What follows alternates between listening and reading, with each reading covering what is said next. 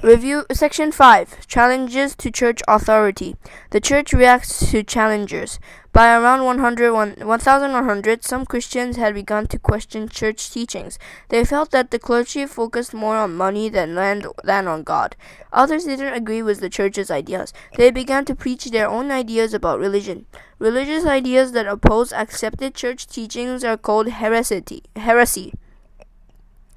People who hold such ideas are called heretics. Church officials sent priests and friars throughout Europe to find possible heretics. Most of the priests and friars tried to be fair. A few tortured people until they confessed to heresy. Even if they were innocent, most people found guilty in these trials were fined or put in prison. Others were killed. In the early 12,000s, Pope Innocent III decided that heresy was too great a threat to ignore. He called a crusade against heretics in the southern France. With this, Pope encouraged the kings of France and his knights to rid their country of heretics. The result was a bloody war that lasted about 20 years. The war destroyed towns and costing thousands of people their lives. Christian fight the Moors. France was not the only place where Christians fought. People they saw as the church's enemies in Spain and Portugal, armed Christian warriors fought to drive the Muslim Moors out of the land, weakening the Muslim control. By the late 900s, the once powerful Muslim government of Spain had begun to weaken. Political and religious leaders fought each other for power. Various ethnic groups also fought each other. 1002, the Muslim government fell apart completely. Caught up in fighting among themselves, Muslim leaders were too busy to guard against the Christian kingdoms of northern South Spain. The fight against the Moors. For centuries, the kingdoms of northern Spain had been small and weak, but as the Moors' power declined, these little Christian kingdoms seized their opportunity to attack. Slowly, they took the land away from the Moors. They called their efforts to retake Spain from the Moors the Reconquista, or Reconquest. In 1085, Castile, the largest of Spanish kingdoms, won a great victory against the Moors. The Castilian victory inspired other Christian kingdoms to fight the Moors. The Kingdom of Aragon and Portugal soon joined the fight. The Christian army won victory after victory. By the 1250s, the victorious Christian armies had nearly perished Moors completely out of Europe.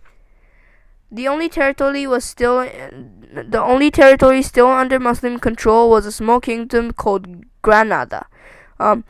The rise of Portugal and Spain. As a result of their victories, both Portugal and Spain grew more power than before. Portugal, once part of Castile, broke free and declared its independence. Meanwhile, Castile-Aragon decided to unite. In 1469, Ferdinand, the Prince of Aragon, married Isabella, a Castilian princess. 10 years later, they became a king and queen of their countries. Together, they ruled all of Spain as King Ferdinand and Queen Isabella. Ferdinand and Isabella finally brought an end to the Reconquista. In 1492, their army conquered Granada as the last Muslim stronghold in Spain. The same year, they required all Spanish Jews to convert to Christianity or leave the country. Few years later, they banned the practice of Islam as well. Though this policy, all of Spain became Christian Inquisition. Ferdinand and Isabella wanted only Christians in their kingdom to ensure that Christianity alone was practiced. They created the Spanish Inquisition, an organization of priests that looked for punishment. Anyone in Spain suggested of secretly practicing their old religion. Later, the Inquisition spread to Portugal as well. Spanish and Portugal inquisitions were ruthless in speaking. Heretics, Muslims, and Jews, people found guilty of heresy, were sentenced in public ceremonies. Many of these found guilty were killed. They were often burned to death. In total, the Spanish sentenced about 2,000 people to die. Almost 1,400 more were put by death by the Portuguese Inquisitions. Jews faced discrimination. Heretics and Muslims were not the only groups punished for their beliefs in the Middle Ages. European Jews also suffered. This suffering was caused by Christians who believed that the Jews had been responsible for the death of Jesus. These Christians thought Jews should be punished. You have already read about how Jews were killed during the Crusades. You have also read that Jews were forced to leave their homes in Spain. Similar things happened all over Europe. Rulers supported by the church forced the Jews to leave their countries. For example, in 1290, the King of England arrested all English Jews and forced them to leave the country.